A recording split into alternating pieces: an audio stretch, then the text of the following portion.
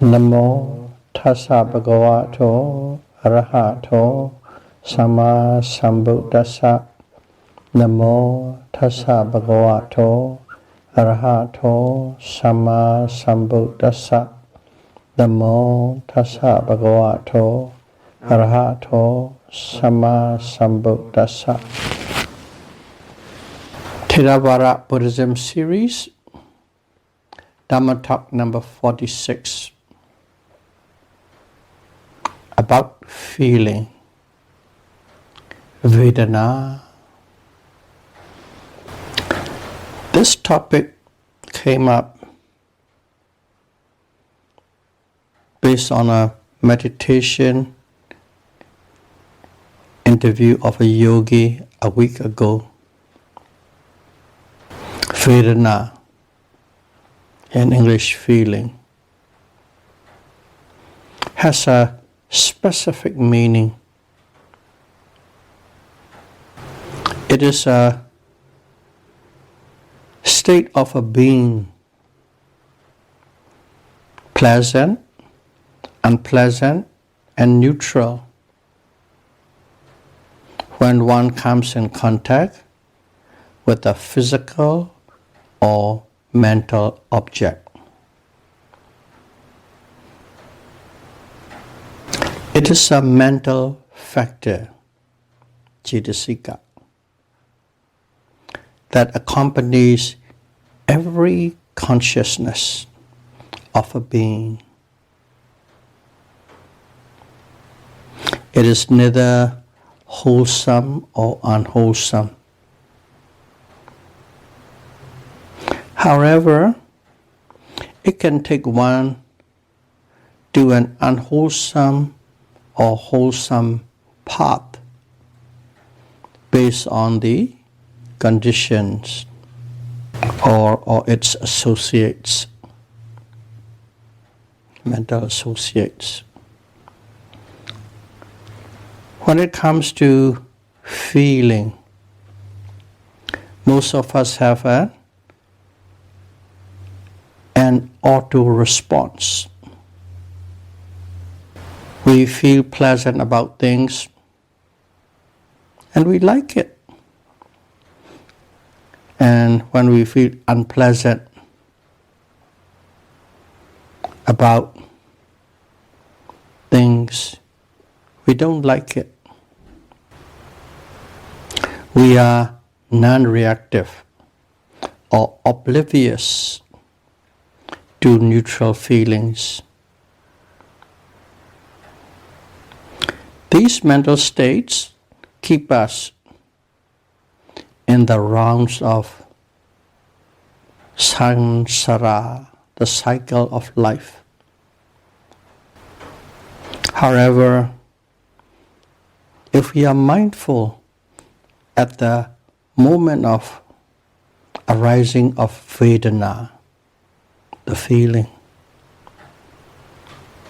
we don't fall in love or hate, and we are sure of the true nature of Vedana at that moment, then one does not step into the wholesome or unwholesome path, and karma cannot be formed. Vedana is one of the four foundations of mindfulness. By practicing Satipatthana Vipassana, one escapes from the cycle of life. In other words, if you practice on Vedana, you can escape from samsara. If you overwhelm Vedana, understand Vedana, one can cut off this circle of life. Vedana is also one of the critical factor in understanding and classifying the type of consciousness that reinforced the understanding of non-self.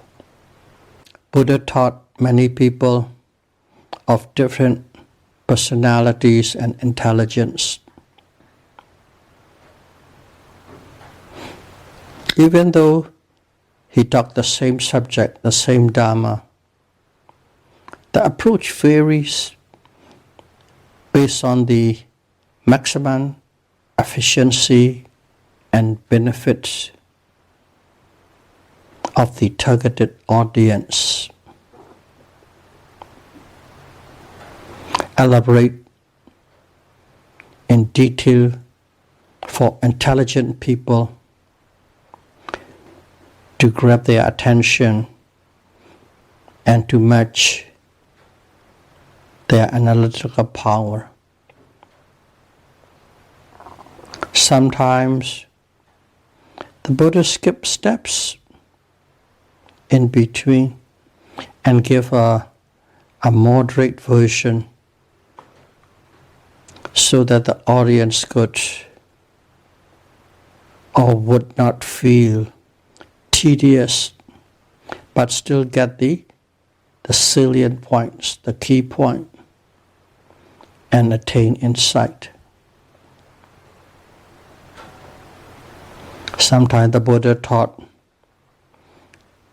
those who had great paramis just with one line to enlightenment. That's why one of his qualities is the master of all teachers, the most skillful teacher, bar none. Buddha taught Vedana, the feeling, as having 5 kinds, 3 kinds, 2 kinds, and only one at different places and at different times. Sometimes he talked to the audience, there are 5 Vedanas. And another place he will say, there's only one Vedana. One can find in different parts of the scripture with these different enumeration. 1, 3, 1, 2, 3, and 5 kinds of Vedana. But as we are learning now, it is confusing due to the non-conformity of the facts at various places and time on the same subject. So let's see why it is not conforming, for what reason, or how it is presented. Let's look first of all the 5 kinds of Vedana. The first one is called Dukkha Vedana. It is used for all pain and discomfort in the body that comes from the physical source. In other words, there's a pain in your joints, knees, hips, ankle, neck, and so on. Any discomfort or pain arising in the body is called the physical source. However, we need to know Vedana actually is a mental factor. Cetasika, mental factor. Vedana is not physical at all. It's mental. There is always pain and discomfort in our bodies all the time. Sometimes we are aware, sometimes we are not aware. There's always pain or discomfort in the body. And it requires awareness to cognize and experience it. If you are not aware of the pain, you can't experience it. If you become aware of the pain, you can experience it. The body's disbalance of the four great elements manifest a painful feeling. The body is made up of four great elements: water elements, fire elements, wind elements, earth elements. And they operate in harmony. Whenever that harmony is broken, when one of the elements becomes excess or deficient, severe or very noticeable pain arises.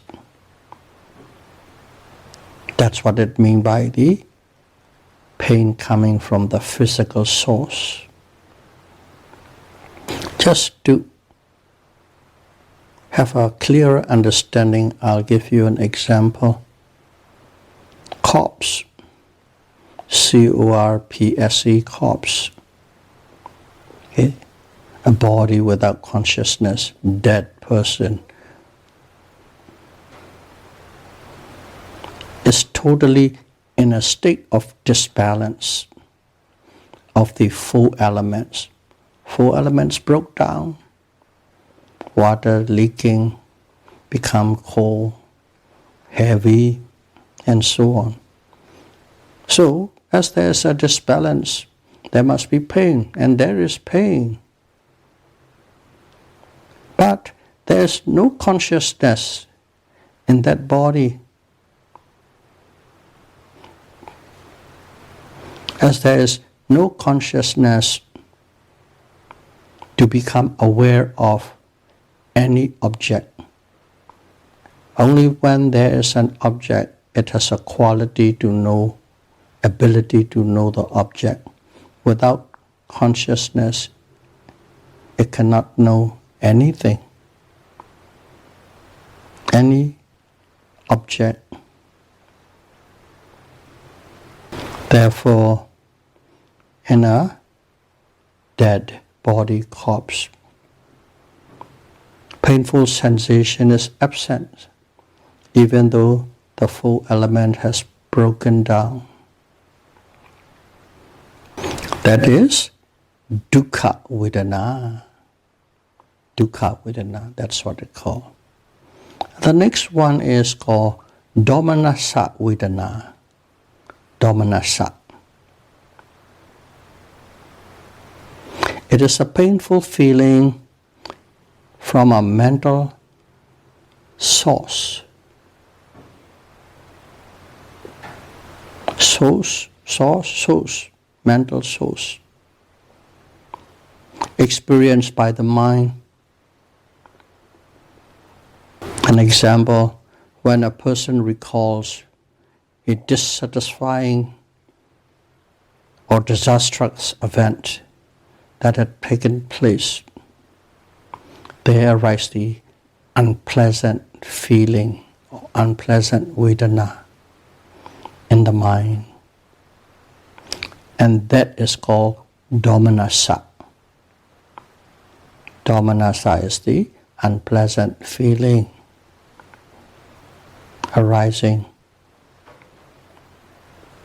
from the mental source. The third one, sukha vedana. It is a pleasant feeling in the mind that comes from the physical source. For instance, a person is stroking a cat and feels very good, enjoyable. That is Sukha Vedana. The next one is Somanasa Vedana. When a person recalls a happy event, feels pleasant, feels good. And that is Somanasa Vedana. It arises from mental source. So we have two unpleasant feelings, one from physical source. It's called dukkha. And the other from mental source is called domanassa. And there's a pleasant feeling, one from physical source. It's called sukha. And one from mental source is called somanassa. There are 4 kinds already. And the 5th and the last one is upekha vedana. A feeling that is not strong and cannot produce pleasant or unpleasant feeling is called neutral feeling. A physical or mental object in contact with the mind, a physical or mental object of average or very common in nature comes in contact with the mind, cannot produce a detectable feeling, and that is called neutral feeling, upekha vedana. So that is what it means by 5 kinds of feeling. And in some sutta, Buddha will explain about Vedana feeling with this 5 types or 5 kinds for those who want to know in detail. And sometime in the scripture, Buddha said there's only 3 feelings, 3 types of Vedana. Okay, why suddenly 5 become 3? When Buddha said there are only 3 feelings, he's referring to dukkha, sukha, and upekha. Pleasant, unpleasant, and neutral feeling. So, what's the difference between these 5 times and 3 kinds of Vedana? It is actually the same, except in this category, when the Buddha said dukkha vedana, it includes both physical and mental sources. Both are under dukkha vedana. He doesn't split into dukkha and domanassa. Both dukkha and domanassa combined is called dukkha vedana. The same applies for the sukha vedana. Under the sukha vedana, both sukha and somanassa are there. In other words, sukha vedana covers both physical and mental sources. And the third one is upekha vedana, neutral feeling. So, in some of the sutta, the Buddha mentioned there are 3. And when he said 3, that's what it means. In fact, it is 5. But he gave us a condensed version, some in terms of types, 3 types. Actually, they are one and the same, 5 and 3. And in some cases, the Buddha said there are only 2 kinds of Vedana, feeling. So, how does it become 2? These 2 kinds of Vedana consist of dukkha and sukha. Painful and happy. Dukkha Vedana is the unpleasant feeling. Okay, both physical and mental sources. Sukha Vedana is a pleasant feeling coming from both physical and mental sources. There are 2. So where is the neutral feeling? A neutral feeling does not give discomfort or disturbance. Neutral feeling does not have discomfort or disturbance. That's why it is considered pleasant. When there's no discomfort, it's good. When there's no disturbance, it's good. So, it's why it's considered as pleasant. That's why neutral feeling stay under the wing of sukha. When the Buddha says there are only 2 types of feeling, he means unpleasant feeling both from physical and mental source, and pleasant feeling from physical source, mental source, as well as neutral feeling because it has no disturbance and discomfort. That's how it becomes 2. So, in reality, 5 kinds of Vedana, 3 kinds of Vedana, 2 kinds of Vedana are one and the same. Buddha presented in a different way, under a different context, based on the nature of the audience and how they would grab it or understand it. And there's one more. On some occasion, the Buddha said, Bhikkhu, there's only one feeling. That's it. There's only one feeling, not 2, not 3, not 5, only one. So,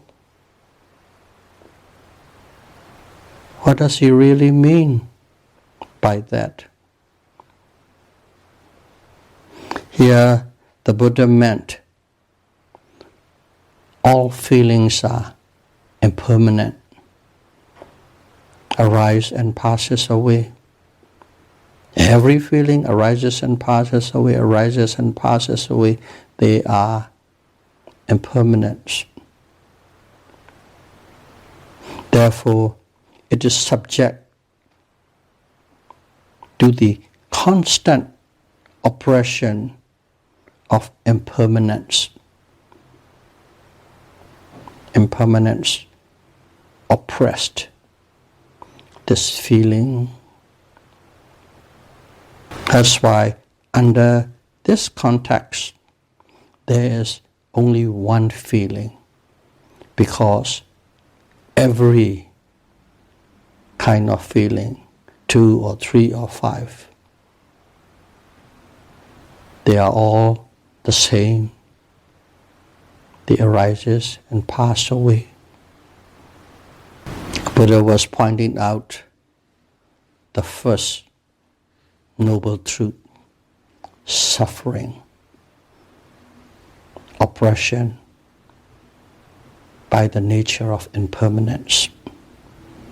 I hope this talk clarifies some confusion you may have on Vedana, feeling. If you are mindful, you will know at the moment of arising of this Vedana, you see as it is. What is as it is? It arises and passes away. And if you know it arises and passes away, that feeling has no more function to do, nothing to do anymore. Only if you don't know, only if you are not mindful, that pleasant feeling become craving, liking, lobha. Unpleasant feeling become aversion, dosa. And the wheel of karma turns round and round into samsara. But if you know at the moment of arising of Vedana, whatever that may be, you know it's simply arising and passing away. It is simply constantly oppressed by impermanence. If you see the first noble truth, dukkha sissa, the wheel of samsara is totally broken down. May all of you be able to practice Satipatthana Vipassana meditation and be able to break down the wheel of samsara at the point of feeling with a strong, firm, and precise mindfulness, and escape from the cycle of life as soon as possible. Sadhu, sadhu, sadhu. Thank you very much.